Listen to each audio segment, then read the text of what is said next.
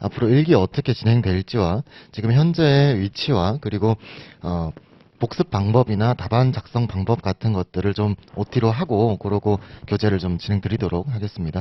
지금 연기부터 달려왔죠, 그죠? 보시면은 연기에는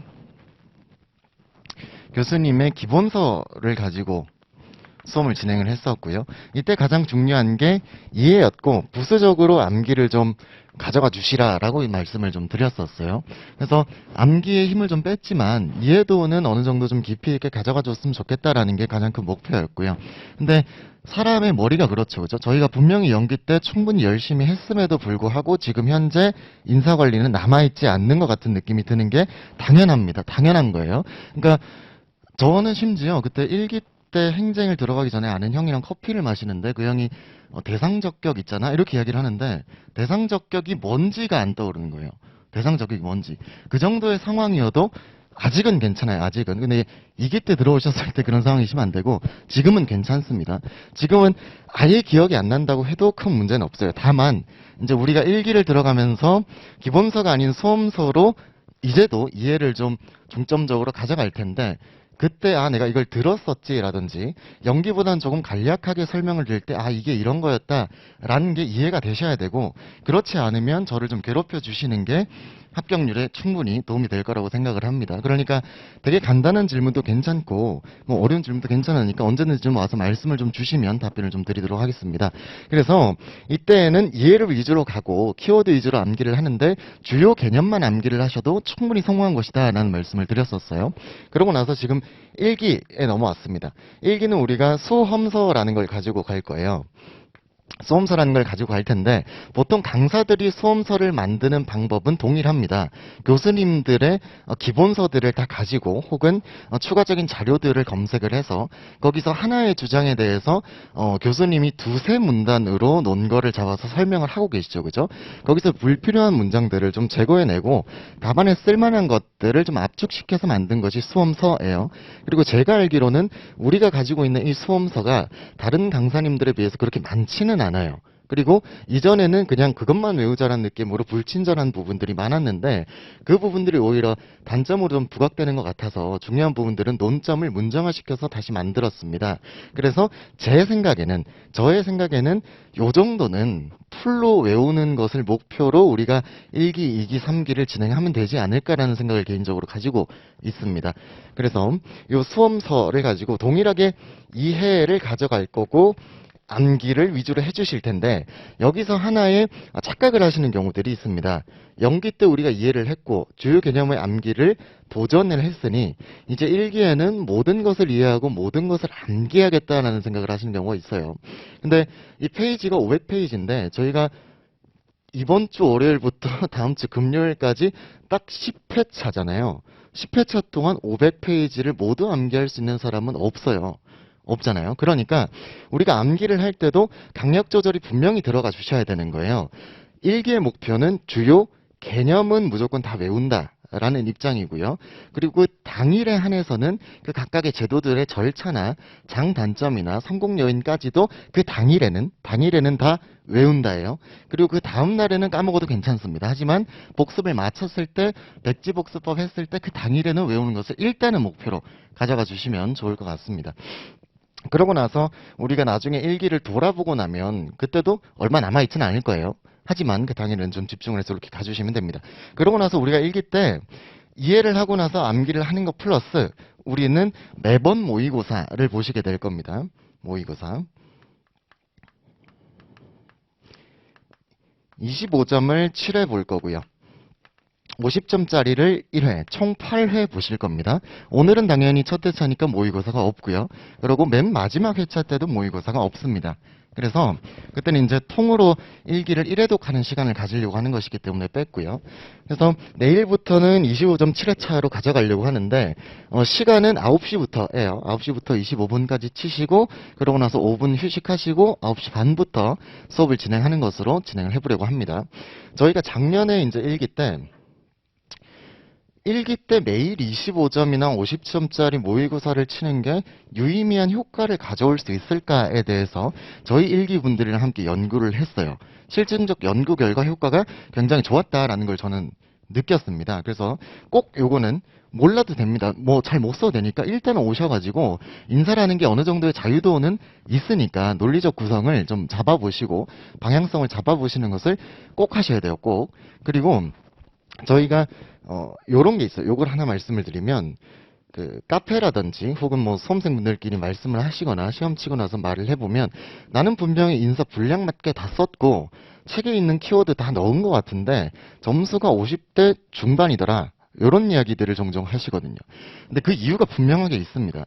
저희가 고시촌에 채점을 하는 방식은 이것을 까내려가는 방식입니다. 그러니까 여기서 키워드가 없네.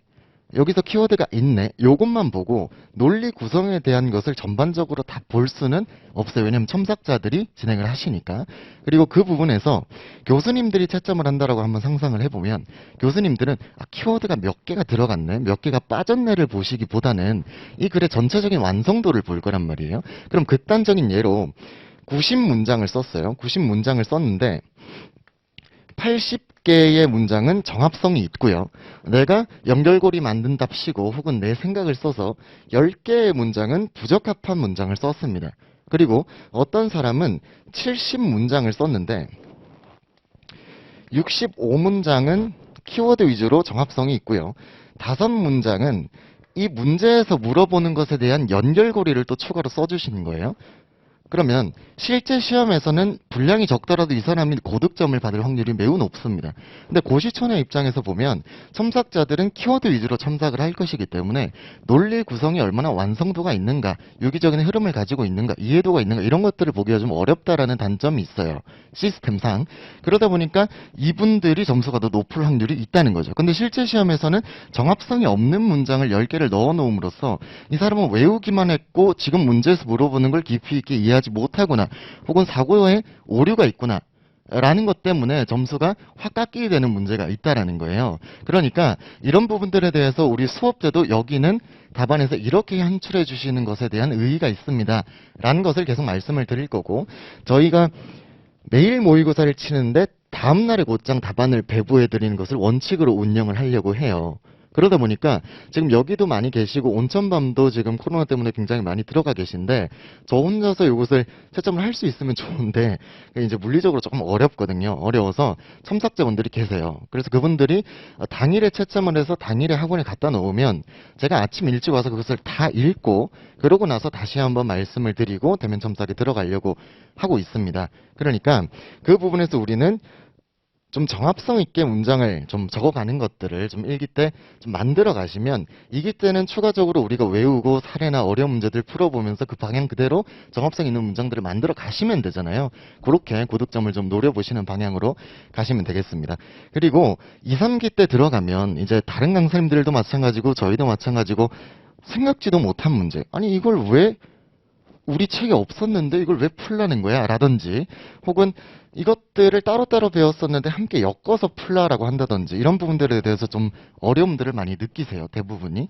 그래서 그런 부분들에서 우리 일기에서는 사고의 확장 연습을 굉장히 많이 할 거고요. 그 사고의 확장을 위해서는 좀 쉬운 예들로, 그러니까 쉬운 예라는 거는 퀄리티가 좀 이렇게 막 있어 보이고 그러진 않을 겁니다. 썰이나 예시들이. 하지만 그런 쉬운 예시들로 좀 이해를 도모하는 시간을 가지자. 그러니까 복습을 하실 때도 이게 왜 그랬던 건지, 논거가 뭔지, 어디와 연결되는지 것들을 한번 생각을 해보시면서 썰도 함께 기억을 해보시면서 진행을 하시면 될 것 같습니다. 그리고 이렇게 들어가고 나면 이제 2기, 3기는 어떻게 보통 진행이 되냐면 2기 같은 경우에는 저희가 75점을 보잖아요. 그럼 그 75점을 진도별로 볼 거란 말이죠. 그럼 진도별로 75점을 본다는 것은 50점 한 문제, 25점 한 문제 풀고 나서 풀이할 거고요. 그러고 나서 목차 연습이라고 해서 조금 사고의 확장을 키워갈 수 있는 것들에 대해서 목차 잡는 시간을 또 가지고 그거 과제로 낼 거고요. 그러고 나면 사례 문제들 혹은 보충 문제들이라고 해가지고 추가로 나올 수 있겠다 싶은 것들에 대해서 문제를 풀이하는 시간들을 가져요. 3기도 마찬가지입니다. 3기도 100점짜리 풀고 그거 풀이하고 추가적인 문제들 나눠드리고 풀이하고 목차 잡고 이게 다란 말이에요. 그러니까 좀 하나의 각각의 제도들이나 이론들에 대해서 깊이 있게 이해를 가져가고 썰 풀고 외우고 그럴 수 있는 여유가 있는 것은 1기가 마지막입니다. 마지막. 그러니까 뭐 늘 이제 모든 과목의 첫 시간에서 이렇게 열의에 불타는 눈동자를 보여주시지만 그 눈동자가 이제 다음 주 금요일까지도 유지될 수 있게끔 꼭 동기부여를 스스로 관리를 좀 잘 해주셨으면 하는 마음이 있습니다. 그 다음에 저희가 복습을 한번 어떻게 할지를 생각을 해보시면 복습을 하실 때 저는 이렇게 했고 이것을 추천드렸는데 효과가 좋았다라고 저는 생각을 개인적으로 합니다. 그래서 하실 때 첫 번째로는 평면적 읽기를 해주세요. 평면적 정독이죠. 그죠? 그래서 우리가 수업을 듣고 났으니까 필기한 것들도 있을 것이고 문장들도 있을 것이고 그것을 처음부터 끝까지 그냥 쭉 읽어주시는 겁니다. 그냥 쭉 읽어주시는 것에 대해서 우리가 10회차니까 총론, 직, 학계, 평, 보, 유, 방, 이슈하고 나서 정리하면 끝나요. 그러니까 대략 한 60페이지에서 100페이지의 진도를 나가시게 될 거예요. 그러면 그거 그냥 정독하시는 데는 그렇게 오랜 시간이 걸리시지 않아요. 그러고 나서 우리가 입체적 독서를 해주셔야 되는데 이때는 내가 오늘 무엇이 중요하고 뭘 외우라고 했고 이것의 논거는 뭔지를 좀 체크를 해주시면서 본인 스스로 형광펜을 치시던지 혹은 이렇게 수식을 붙이시던지 이게 어디와 연결된다라는 것들을 생각을 좀 하시면서 읽어주시는 거죠. 그죠? 그러니까 이때는 그냥 읽어주시고 이때는 좀 강약 조절하시고 사고의 확장을 통해서 좀 읽어주시고 그 다음에 우리가 수업 끝나면 연기 들으신 분들은 아시겠지만 다시 돌아와서 다시 한번 정리를 하면서 이것만큼은 꼭 외우자라고 말씀을 드리잖아요. 그래서 그 부분에 대한 암기를 진행을 해주시면 됩니다. 이건 외우자라는 것은 통으로 암기를 해주시고 마지막이 가장 중요합니다. 백지복습법을 꼭 해주세요. 백지복습법.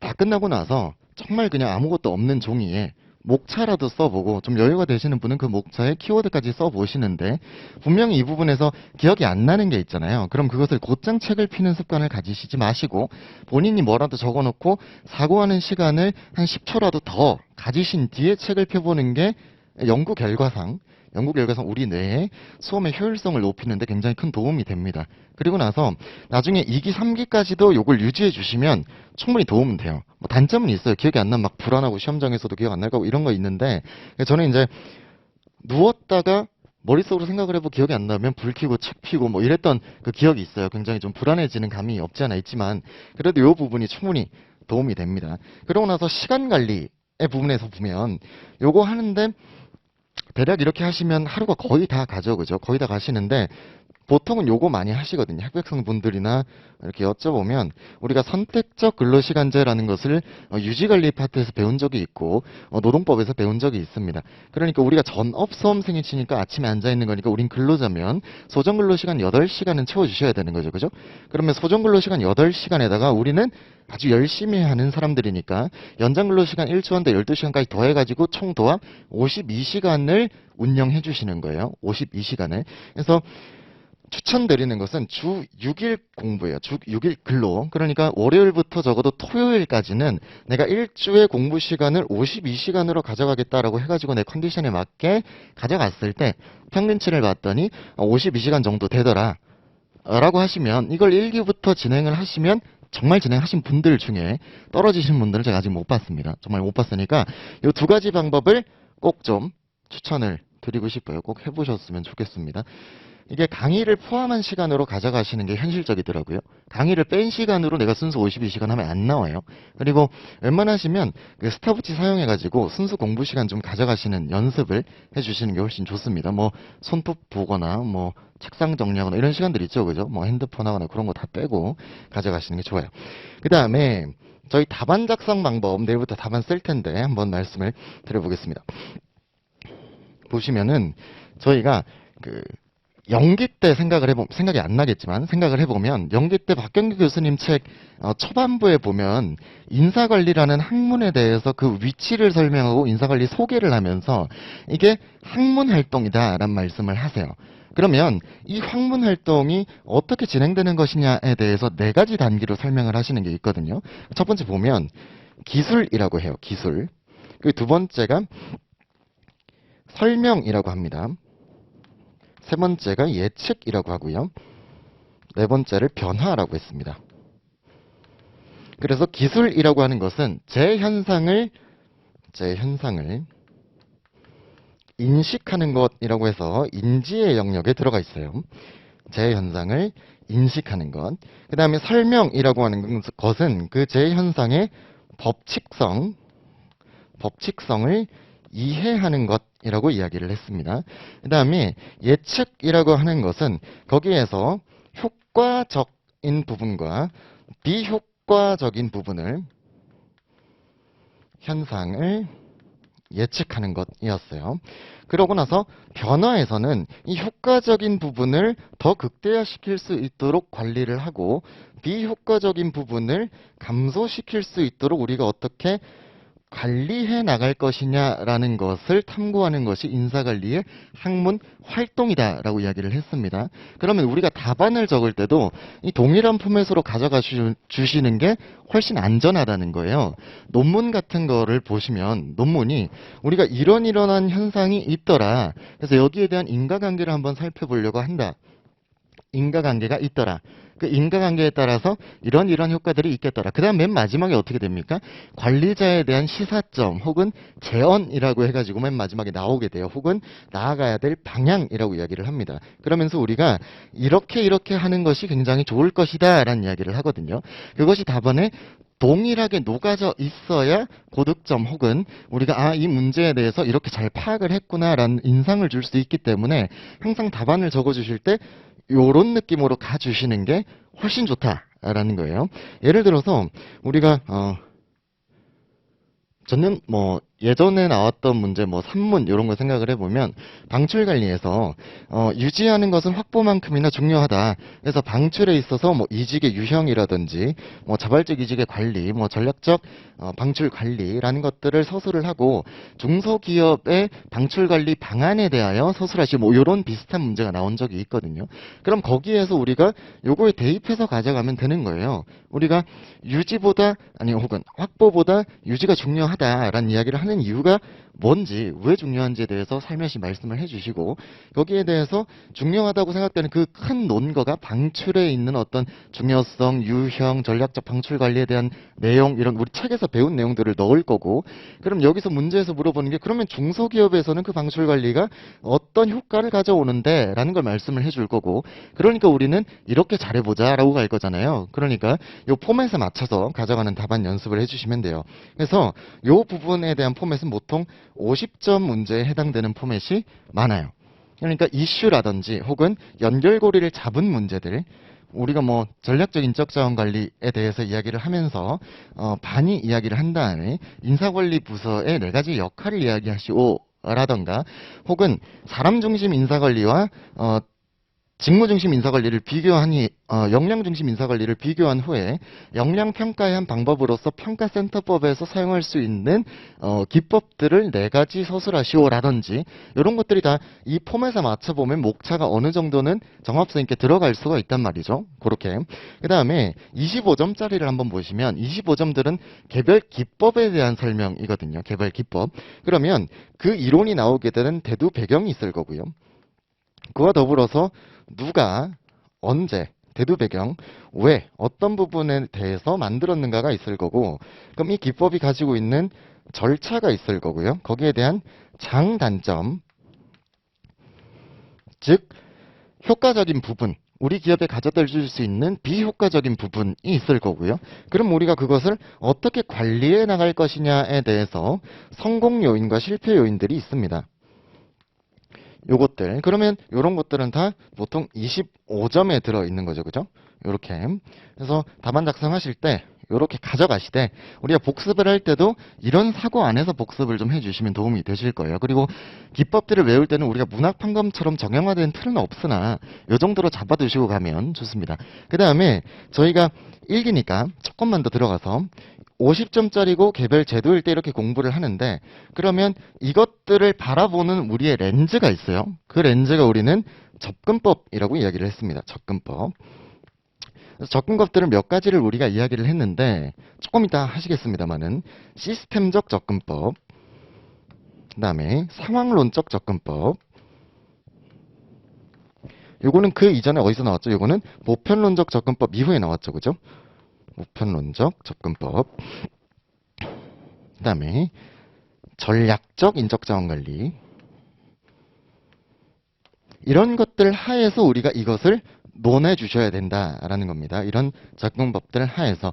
그러니까 이것은 각각의 개별 제도나 혹은 뭐 이슈로 나올 것들은 아니지만 이것들이 이런 다른 문제들이 나왔을 때 이 부분의 기초에서 우리가 이것들을 바라보겠다. 이렇게 생각을 좀 해주시면 되겠습니다. 그 다음에 보시죠. 그래서 교재로 진행을 좀 드리도록 하겠습니다. 그리고 2페이지 가시면 저희가 기출문제와 학습문제라는 것이 나와 있어요. 기출문제와 학습문제. 그래서 보통은 저희가 한 단원, 한 기능적 차원에 대한 진도를 나가는 것을 원칙으로 하고 있습니다. 그렇기 때문에 수업이 끝나시고 나면 복습을 하실 때 여기 있는 기출문제와 학습문제는 눈으로라도 꼭 한번 봐주시고 이것을 머릿속으로나마 목차를 좀 잡아주시고 이걸 잡아보다 보면 안 잡히는 문제가 분명히 있어요. 어려운 문제들이 있단 말입니다. 그런 것들은 고민하셔서 가지고 오시건 혹은 카톡이나 메일로 주시는 게 좋아요. 왜냐면 이 학습문제가 그냥 이렇게 씩 넘길 게 아니라 또 시험에 나올 만큼 굉장히 괜찮아요. 보시면은 원래 있던 거거든요. 학습문제. 1번 보면 인적자원관리에 대한 기계적 접근과 인간관계적 접근을 비교 설명하라 이런 내용들이 있죠. 그죠? 실제로 비슷한 문제가 출제됐으니까 한번 보시면서 생각해 오시면은 도움이 많이 되실 거예요. 그 다음에 넘어가셔가지고 21페이지로 보시죠. 21페이지.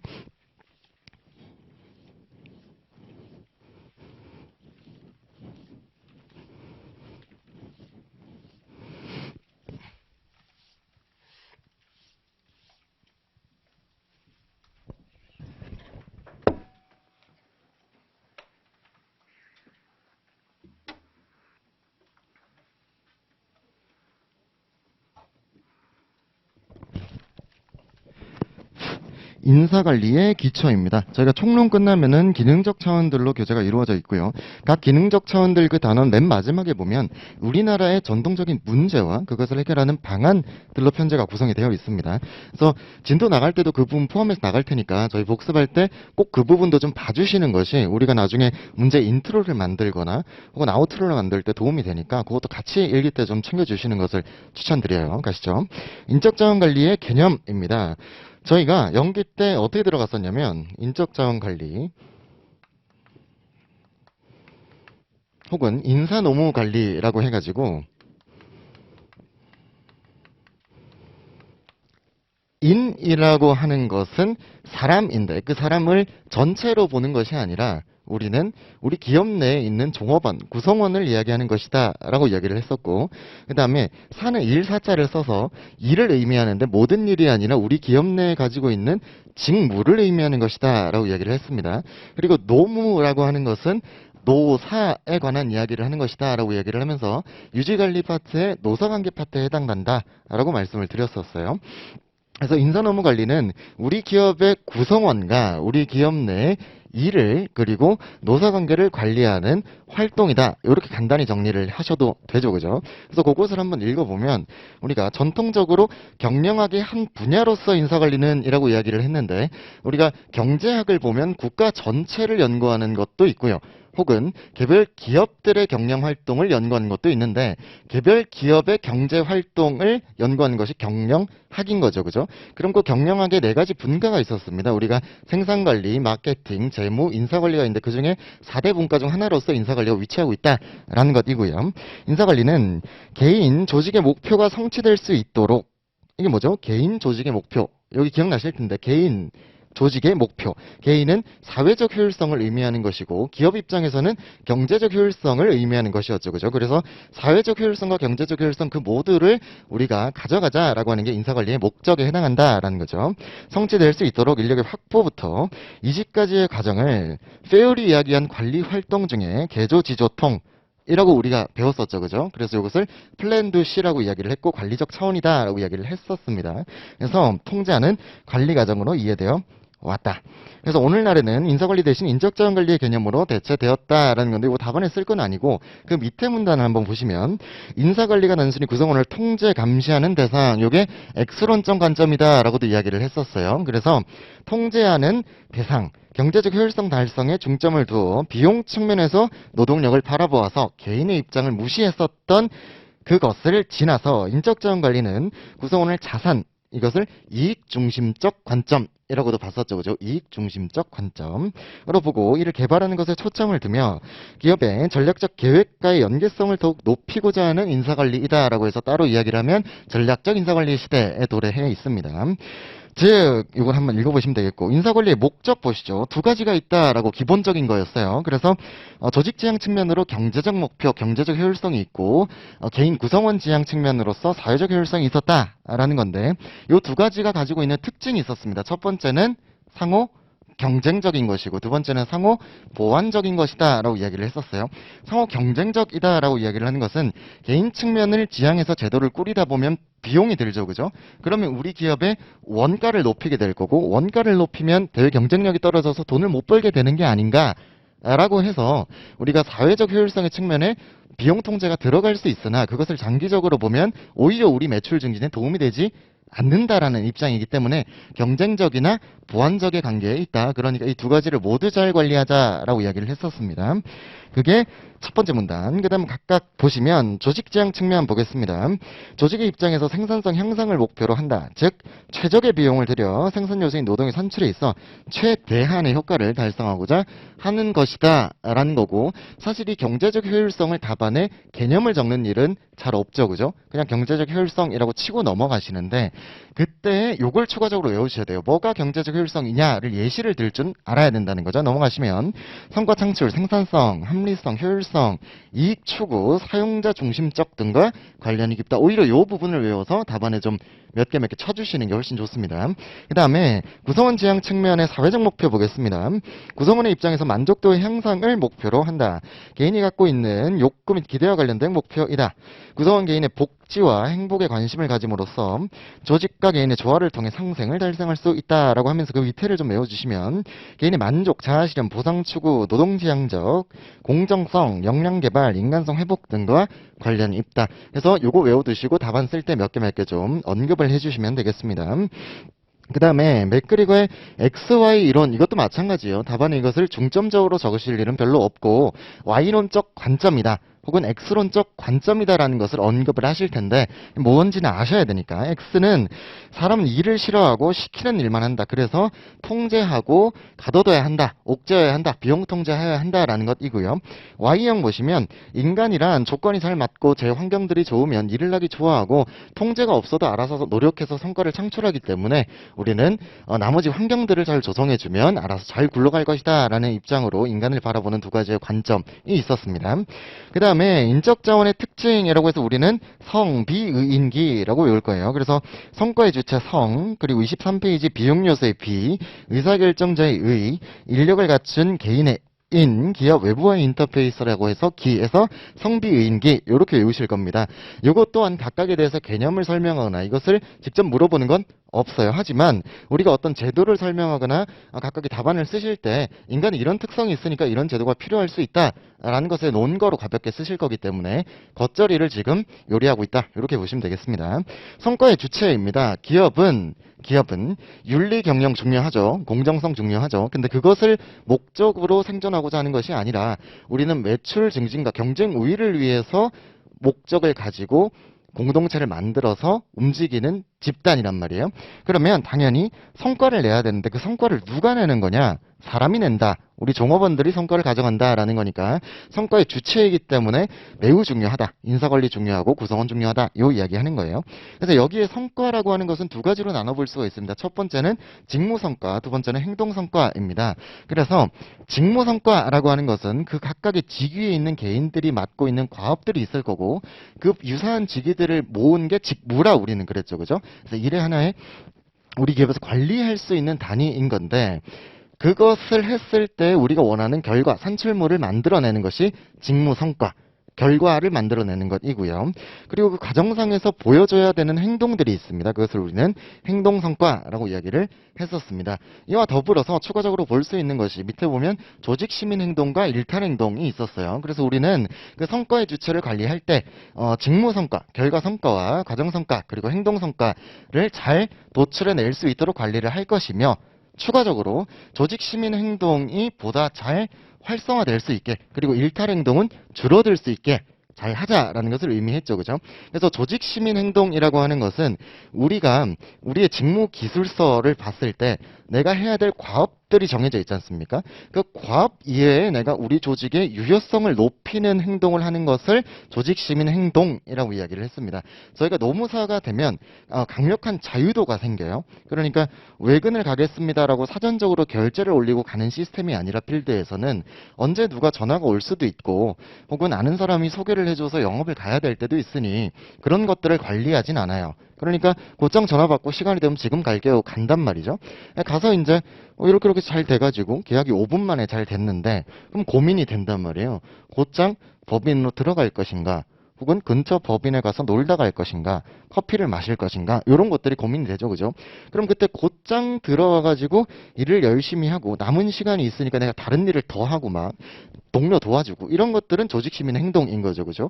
근데 이제 이전에 저같이 뭐 주변 법인에 가가지고 연락해서 담배 하나 핀다든지 뭐 커피 마시고 버거킹 먹고 들어간 다음에 좀 농땡이 피고 이러면은 이게 일탈 행동이 되는 거죠. 그죠? 그러니까 조직시민 행동은 높이고 일탈 행동은 줄이는 방법으로 관리를 해야겠더라라는 거. 그 다음에 넘어가셔서 B 보겠습니다. 인간은 뽑으면 성과를 창출할 수 있으면 좋은데 성과도 창출하지 못하고 돈만 들 수가 있다. 이 사람을 뽑고 나면 고정적인 지출이 발생하게 된다.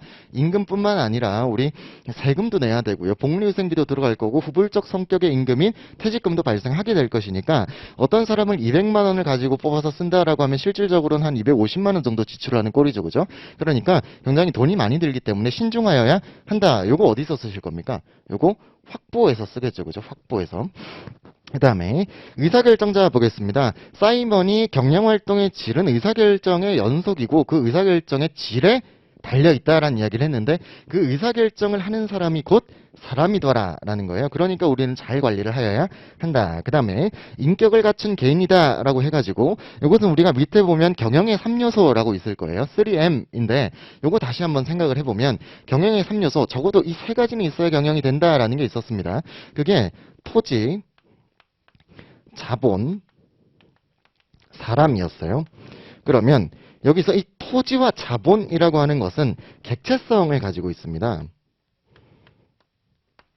가만히 놔두면 이것이 가진 성질에 의해서 효과가 자동적으로 불러일으켜진다라는 거예요. 그러니까 당연히 관리가 용이하죠. 그죠? 토지라고 하는 것은 가지고 있으면 지대라는 것을 받게 됩니다. 자본이라고 하는 것은 은행에 돈을 넣어 놓으면, 혹은 좋은 펀드에 넣어 놓으면 이자라는 것을 받게 됩니다. 근데 사람이라는 것은 데리고 있으면 비용이 나가요. 대신에 이 사람이 성과를 창출해 주죠. 그죠? 그러면 이 사람이라는 것을 관리를 해야 되는데, 이 사람은 주체성이 있는 사람이고 인격을 가지고 있기 때문에 우리가 컴퓨터처럼 무엇을 입력했을 때 그대로 동일하게 행동하는 것이 아니라 인격을 가지고 있으므로 비합리적인 행동을 하고 동기부여의 정도에 따라 퍼포먼스가 달라지더라 라는 거였죠. 그래서 인격을 갖춘 개인 보시면 개인적인 목표와 욕구를 가진다. 즉 동일한 환경에서도 어떤 목표와 욕구를 지니고 있는지에 따라 성과가 달라질 수 있다. 그러니까 동기부여 잘해서 개인의 니즈에 맞춰가지고 잘 관리하자 이야기하고 있고요. 기업 외부와의 인터페이스 되어 있습니다. 그러니까 우리 기업 내에서 관리를 정말 잘 한다고 해도 그 사람의 퍼포먼스가 떨어질 수 있다라는 건데, 왜 그러냐면 그 사람이 퇴근하고 나서 우리 회사에서 자고 먹고 하는 게 아니라 집으로 돌아가서 소속 집단에서 어떤 활동을 하는데, 예를 들어서 와이프랑 싸우고 왔다 라든지 혹은 술을 진탕 먹고 돌아왔다 라고 하면 그 다음날의 퍼포먼스가 안 나겠죠. 그죠? 그러니까 이제는 우리 기업 외부에 있는 활동들도 우리가 관리를 좀 해줘야겠더라. 이거 어디서 썼죠? 이거 복리후생에서 논거로 사용할 수 있고, 특히 종업원 후원 프로그램이라는 제도에서 이것을 언급할 수가 있습니다. 그 다음에 인적자원관리의 중요성 다시 한번 보시면, 우리가 그 밑에 넘어가서 경영의 3요소로서 인적자원이라고 해서 우리가 아까 봤던 토지, 자본, 사람이 있고요. 여기에 피터 드러커라는 사람이 추가로 두 가지를 더 이야기를 했습니다. 최근에. 그래서 기업가 정신과 지식이 필요하다라는 이야기를 했었습니다. 그래서 기업가 정신이라고 하는 것은 뭐냐면 제가 통장에 예를 들어 100억이 있으면 오늘의 시간은 없어요. 그죠? 오늘의 시간은 없어요. 왜냐면 코로나니까 지치고 힘드니까 저는 어디 섬 하나 사가지고 거기서 그냥 맥주 먹고 석양 바라보고 뭐 이렇게 행복하게 보내고 있을 텐데 그러면 그런 제가 그 100억을 그냥 통장에 넣어놓지 않고 비트코인 안 사고 그쵸. 비트코인 이야기는 하면 안 되죠. 그죠? 내가 아픈 추억이 있어가지고, 죄송합니다. 아무튼, 뭐, 그렇게 해가지고, 그 부분에 대해서, 그렇게 먹고 놀고 안 하고, 그 돈을 빼서 어떤 회사를 차린 거예요. 공장 부지를 사고, 공장을 짓고, 사람을 뽑았어요. 그러면, 그 경우에, 저는 기업가 정신이라는 것을 발휘해서 경영이라는 걸 가능케 한 거죠. 그럼 여기서, 제가 몰디브에 가가지고 모히또 한잔 하는 게 아니라 요거 했으면 저한테 돌아오는 게 적어도 뭐 이상은 돼야 되는 거죠? 그 자본을 가지고 은행에 넣어놨을 때 이자보다는 뭔가 더 이득이 돼야 될 거 아닙니까? 그죠? 저의 뭐 보람과 긍지를 떠나서. 그럼 이 부분은 어디에 사용할 수 있겠습니까? 우리가 보상 파트에서 임금의 형태 관리에서 성과급 이야기를 할 때 그때 성과급의 집단 성과급 이야기를 하면서 우리가 프로핏 쉐어링이라는 이야기를 했어요. 그럼 그 프로핏 쉐어링을 할 때 배분 가능 이익이라는 것을 이야기를 했었거든요. 순이익을 가지고 퉁쳐서 나눌 것이냐 혹은 주주와 이해관계자들이 투자한 것에 대한 투자 회수금을 제외하고 나서 나눌 것이냐 이런 이야기 기억나십니까? 안 나셔도 돼요. 안 나셔도 돼요. 그럴 때 요거 간략하게 한번 얹어줄 수 있겠더라. 요런 겉절이인 거죠. 그죠? 그 다음에 지식이라고 하는 것은 우리 이슈로서 지식경영이라는 것을 지식경영에 따른 인적자원 관리 요걸 따로 배울 거예요. 그러니까 지금은 자본지배적 산업 혹은 노동지배적 산업이 아니라 지식지배적인 산업의 시대가 도래하였다. 이런 거 이야기할 때 나중에 한번 언급을 하실 겁니다. 그 다음에 오늘 꼭 외워주셔야 되는 거 한번 보시죠. 우리 반의라는 것을 이야기를 했었습니다. 반의.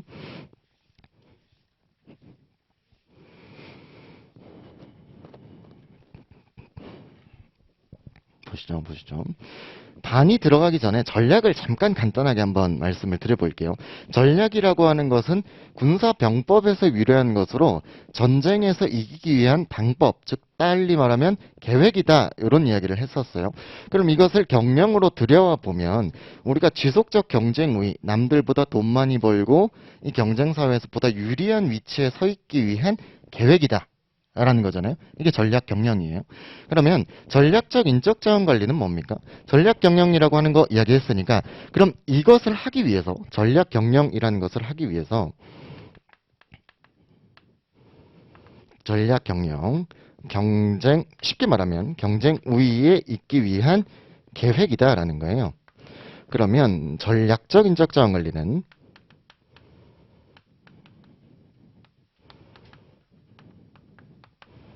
쉽게 이해를 하시죠. 전략적 인적 자원 관리는 경쟁 우위에 있기 위한 전사적인 경영 계획 하에서 이 계획들이 이 전사적 계획들이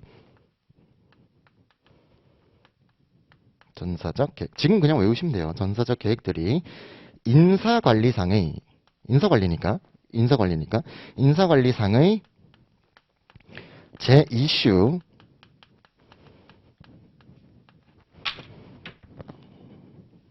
이슈들과 어떻게 연계가 되는 거죠?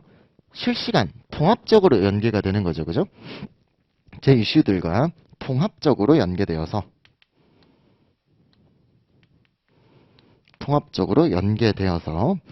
전략 경영이라고 하는 것의 절차가 굉장히 쉬워요. 전략을 계획하고 실행하고 평가한다. 이렇게 보시면 되잖아요. 간단하게 보면. 그러니까 통합적으로 연계해가지고 전략의 계획, 실행, 평가에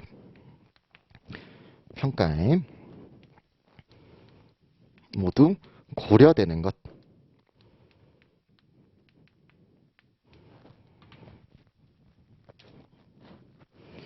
중요하니까 다시 한번 보시죠. 이거는 작년에 또 가볍게 나왔습니다. 전략의 입장에서 가볍게 나왔는데 또 나올 수 있어요. 충분히 또 나올 수 있어요. 또. 그러니까 보시죠. 전략 경영, 전략이라고 하는 것은 우리가 살아남기 위한 방법이다. 군사병법에서 유래하였는데 이것을 기업의 입장에서 보면 지속적 경쟁 우위를 가져가기 위한 계획이다라는 거고요. 그럼 이것을 짜고 실행하고 평가할 때 전략적 인적 자원 관리라고 하는 것은 전략 경영, 전사적 계획 안에서 인적 자원 관리상의 제 이슈 모든 것들을 통합적으로 연계해서 전략을 짜고 실행하고 평가할 때 인사 관리를 모두 고려하는 게 전략적 인적 자원 관리이다. 됐죠, 그죠? 쉽죠? 이거를 그냥 통으로 외우신 다음에 그럼 보겠습니다. 전략이라는 것을 바라보는 관점이 두 가지가 존재하였다라는 거예요.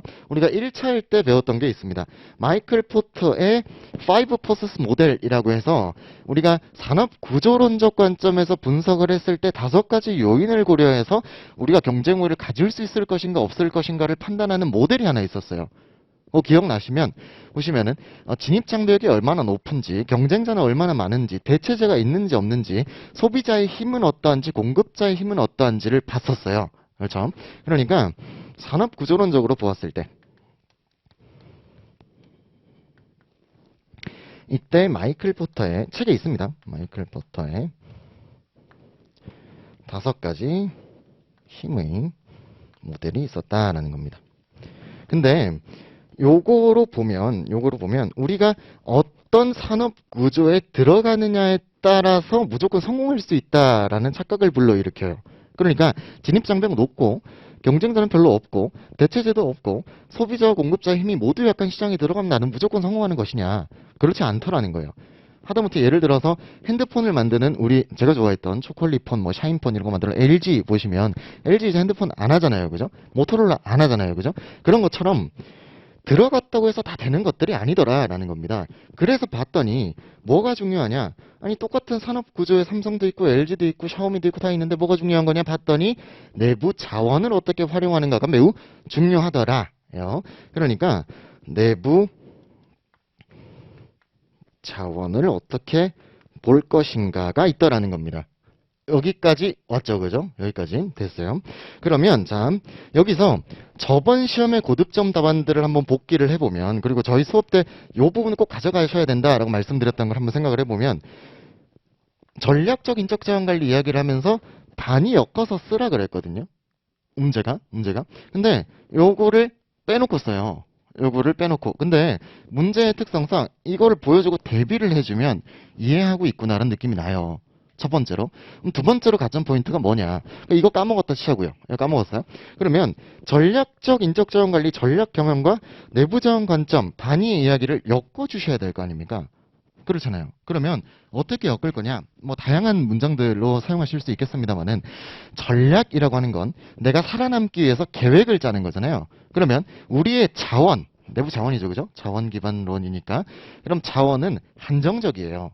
우리가 연기 때 말씀을 드렸는데, 자원, 반의의 자원 기반 관점이라고 하는 것은 인적 자원만을 의미하는 것이 아니라 우리 기업 내에 있는 모든 자원을 의미하는 것이다 라고 이야기를 했어요.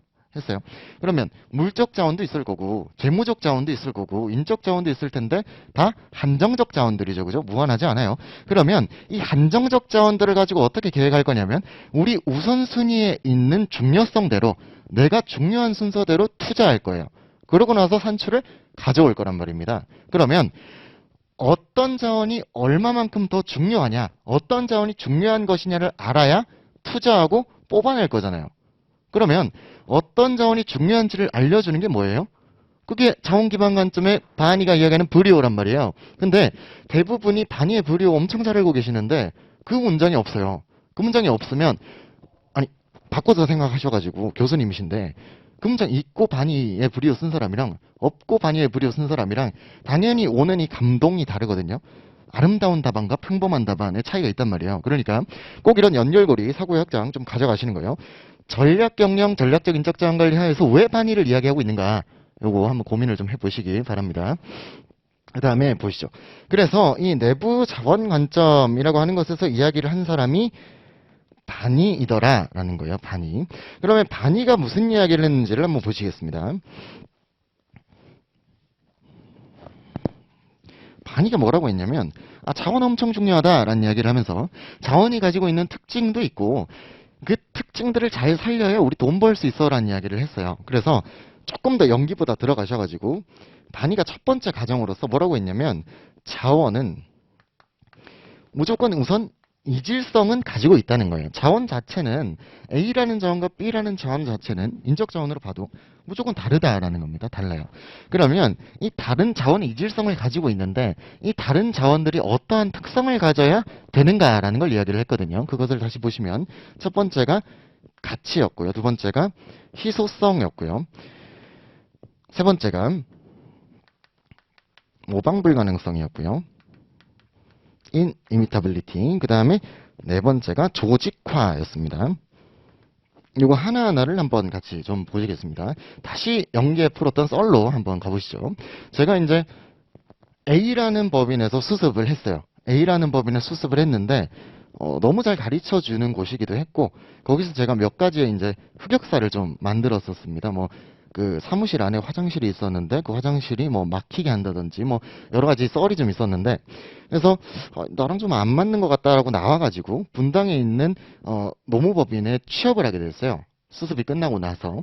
근데 그때 처음에는 그 대표님이 저를 엄청 싫어했거든요. 그때 제가 이제 기범이 형이랑 면접 전날에 이제 밤새서 술 먹고 그러고 나서 이제 거기 가가지고 면접 보기 전에 속 좀 풀려고 라면을 먹었는데 곧장 토하고 그러고 나서 들어가서 면접을 보니까 면접이 잘 될 리가 없죠, 그죠? 근데 많은 노무범인들이 그렇습니다만은 뭐 채용 내정자였어요. 아는 사람이 꽂아져가지고 이렇게 들어간 거였는데 대표님이 저를 종원아 혹은 뭐 김종원 노무사, 김노무사라고 부른 적이 한 번도 없어요. 그냥 야, 야, 야 이렇게 했단 말이에요. 그래서 제가 이제 뒤에서 오고 있는데도 제가 사무실에 없으면 야, 얘 어디 갔어? 이렇게 하셨단 말이에요. 그러니까 이제 좀 슬프죠, 그죠? 잘해야겠다. 내가 성과를 좀 내야겠다. 나 이런 사람 아닌데라는 생각에 제가 8월이면 노무법인이 그 노동청 옆에 있는 노무법인들을 좀 비수기예요. 7, 8월에. 그때 이제 장마가 심하기도 하고 여름휴가도 가고 이러니까 인사 담당자도 놀고 임금체불 진정받은 사람도 소멸시효 3년인데 뭐 장마 끝나고 가나 지금 가나 지금 뭐 가지 말자 놀아요. 그럼 그때 노무법인들이 다 돈을 못 벌고 있어요. 그죠? 다 같이 경쟁 동위에 있는 상황이에요. 그럼 제가 이 법인을 경쟁 우위로 만들기 위해서 뭘 했냐? 저는 이제 아직까지도 슬프게도 담배를 조금 피고 있는 사람입니다. 그래서 노동청 바로 옆에 있는 법인이었어가지고 노동청 옆에 바로 이렇게 법인이 있어가지고 여기 노동청 2층에 가면 여기 이제 진정 넣는 것을 심판하는 심판과가 있고요. 그러고 나서 여기가 흡연장이 이렇게 있어요. 그럼 여기 가가지고 항상 담배를 여기 노무사들끼리 모여가지고 잡담하고 피는 데가 아니라 혼자 여기 가서 피는 겁니다.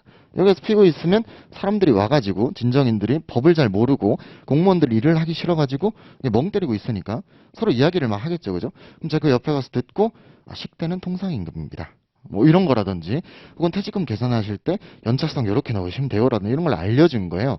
그러면 그 사람이 처음엔 저를 공무원인 줄 알다가 나중에는 노무사인 줄 알죠, 그죠? 그러니까 제가 그럼 같이 가서 커피 한잔 하시죠. 사무실로 이끌어요. 그죠?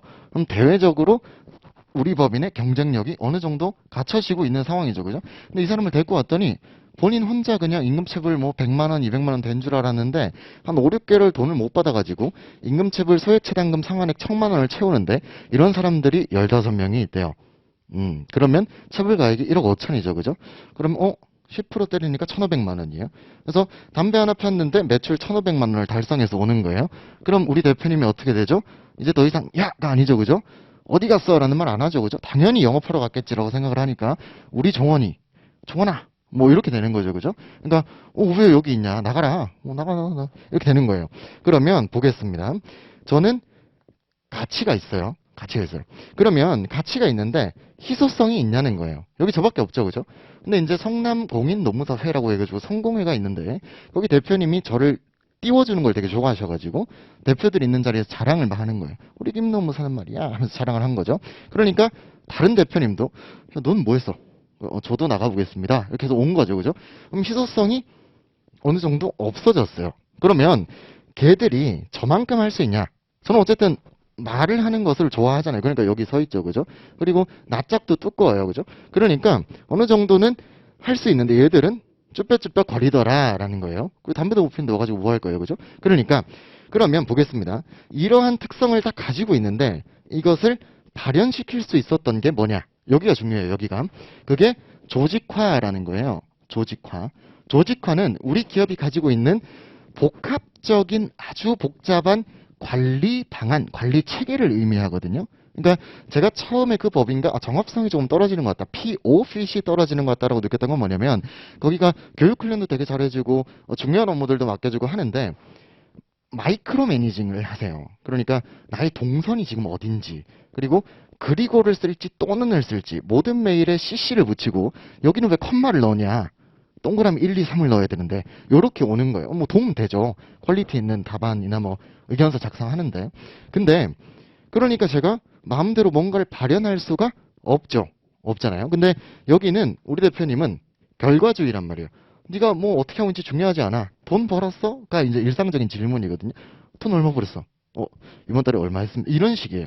그러니까 그런 관리 방안이 저와 잘 맞았던 거죠. 그죠? 근데 반대로 그냥 마이크로 매니징 해주고 돈 얼마 벌었는지 압박하는 것을 싫어하는 사람들도 있을 수 있지 않습니까? 오히려 안정성을 좋아하는 사람이 있을 수 있고.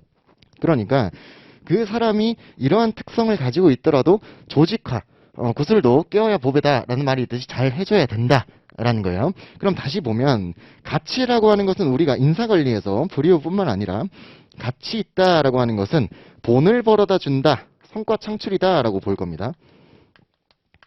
그러면 기업들이 도태되지 않는다라는 것은 돈은 벌고 있다라는 거잖아요. 너만큼 나도 벌고 있으니까 이때는 경쟁 동의예요. 경쟁 동의. 나도 돈 벌고 있다라는 겁니다. 그 다음에 희소성이라고 하는 것은 얼마나 귀한가입니다. 얼마나 귀한가. 잘 찾을 수 있는가예요.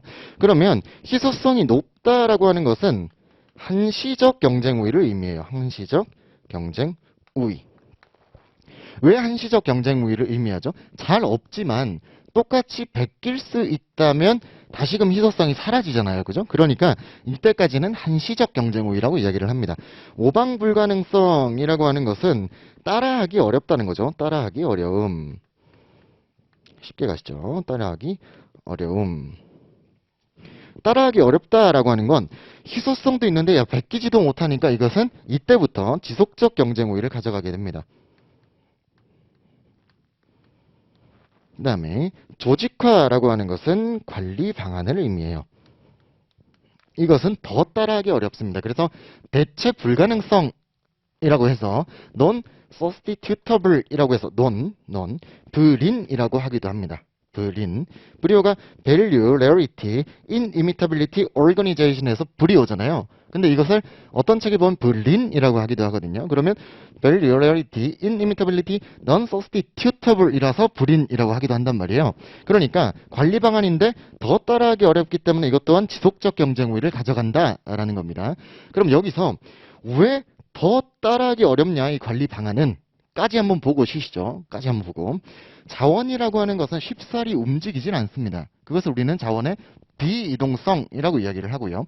비이동성을 가져오게끔 만드는 특성, 그러니까 이 대체 불가능성을 만들어주는 자원이 가지고 있는 특성이 또 있어요.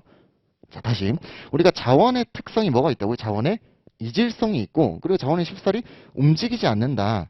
그래서 따라하기가 매우 어렵다. 그럼 그것을 구체적으로 왜 그렇게 어려운가를 보면 첫 번째가 우리가 사회적 복잡성이라고 이야기를 했습니다. 사회적 복잡성. 두 번째가 인과모호성. 세 번째가 경로 의존성입니다. 보시죠. 사회적 복잡성이라고 이야기를 하는 것은 우리 기업은 사람이 모여있는 집단 공동체거든요. 그러면 어떤 사람들이 모여있느냐에 따라서 제 관계들을 맺게 되잖아요. 그러니까 예를 들어서 편하게 뭐 세계 1위가 뭐 손흥민, 뭐 2위가 호날두, 뭐 3위가 메시, 뭐 이렇게 각각 팀에 뭐 있죠, 그죠?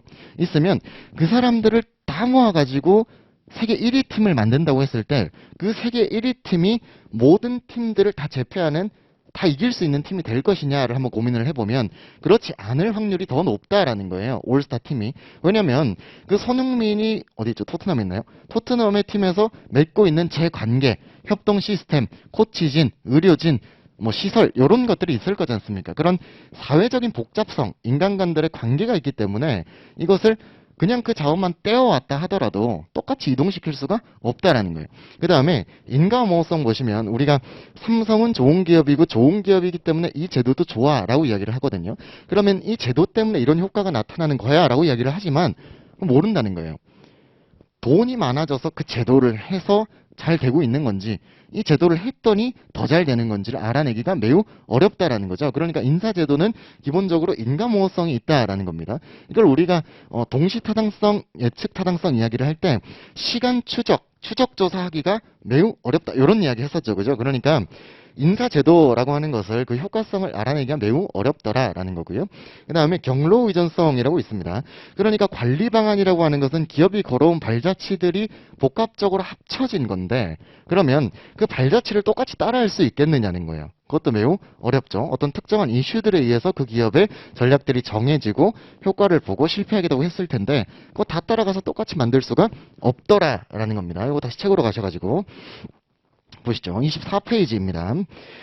24페이지. 기업이 어떻게 경쟁 우위를 실현할 수 있는지에 대해서 두 가지 관점으로 살펴볼 수 있다. 동그라미 1번. 산업 구조 분석의 5가지 요인, 5포스스 모델처럼 어떤 특정한 산업 분야에 진출하는지에 따라서 동그라미 2번. 어떤 자원을 확보하고 활용하는가에 따라서 기업의 능력과 경쟁력의 차이를 보이며 달라질 수 있다. 그 밑에 문단 보시면 단위는 이런 이야기를 했다라고 이야기를 하면서 같이 보시겠습니다. 같이. 기업이 자원을 통하여 어렵게 설명한 돈을 버느냐죠, 그죠? 기회를 이용하거나 위협으로 방어할 수 있도록 지원함으로써 기업이 자원이 가치를 더하는지를 확인할 수 있다. 특정 인적 자원이 기업의 가치를 제공하고 그 기업마다 수요가 다르다면 이것은 지속적 경쟁 우위의 원천이 될 수 있다. 가치 있는 인적 자원은 성과를 창출하여 기업의 비용 절감과 매출 증대를 실현할 수 있도록 한다. 돈이 된다. 라는 거고요. 지속적 경쟁의 원천이라는 것이 가치만 있다고 해서 지속적 경쟁의가 된다라는 게 아니고요. 원천이 된다라는 거예요. 원천이 된다. 그 다음에 희소성 보겠습니다. 희소성을 가지고 있다면 그 인적 자원을 보유하고 있는 기업은 경쟁으로 지닐 수 있다. 하지만 인적 자원이 지닌 가치를 모방할 수 있다면 희소성 있는 인적 자원은 일시적인 경쟁 우위, 한시적 경쟁 우위를 부여하게 된다. 모방 불가능성 보겠습니다. 모방할 수 없는 인적 자원이라면 이는 지속적인 경쟁 우위 원천이 된다. 가지고 있지 않은 다른 조직이 합리적인 가격으로 모방, 구매, 대체할 수 없는 경우 모방하는데 너무나 많은 비용이 들게 되므로 모방하기 어려운 자원을 가진 회사는 지속적인 경쟁률을 달성할 수 있다. 그 다음에 특히 물적 자원에 비하여 인적 자원은 기업의 정책이나 관행, 문화 등의 특수한 범위에서 활용되므로 쉽게 모방될 수 없다. 쉽게 모방하기 어려운 이유를 아래와 같이 확인하였다라고 해서 비이동성 한번 보시겠습니다. 섬해적 복잡성 읽어보시면 되고요. 인과모호성 설명 그대로고 경로의존성 마찬가지입니다. 그래서 여기까지도 다 외우실 거예요. 조직화 보시면 지속적 경쟁 우위입니다. 자원 자체는 조직화되지 않은 기업에게 어떤 경쟁 우위도 가져다 줄 수 없다.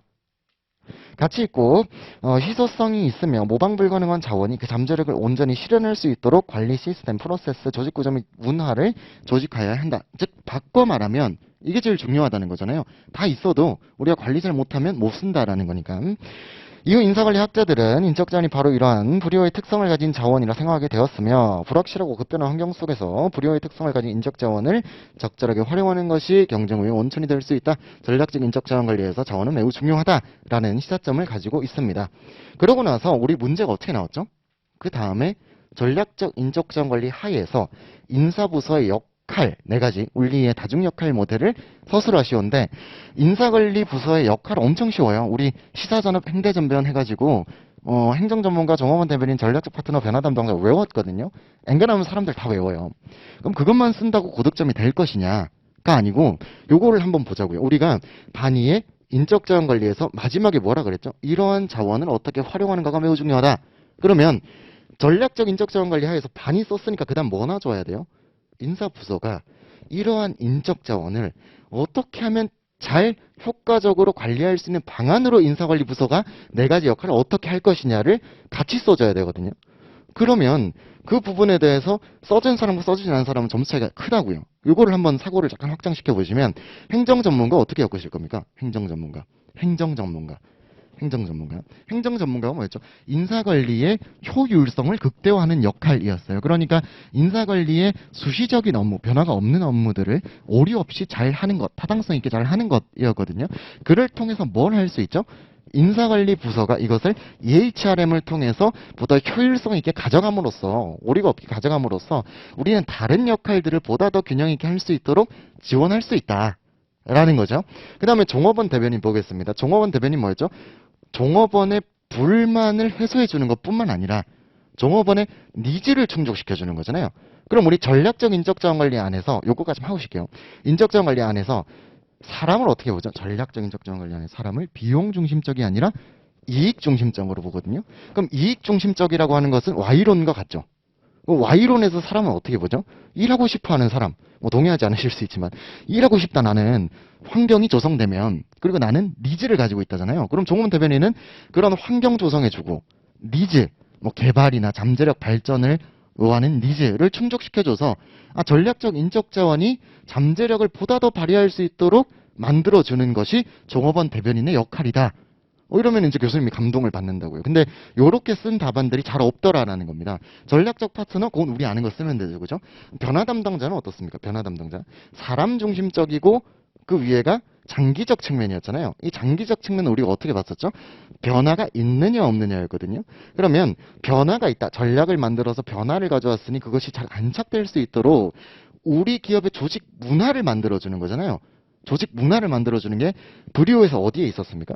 조직화에서 있었잖아요. 그럼 그런 거 연결을 해주면 아름다운 답안이 된다라는 거죠. 그러니까 이렇게 문제가 있으면 분설해서 그것만 쓴다라는 개념이 아니라 어떻게든 이것을 조화롭게 연결시킬 것인가에 대한 고민을 해보시면 분명히 답안의 점수는 올라갑니다. 그거까지 한번 고민을 해보시면 되겠습니다.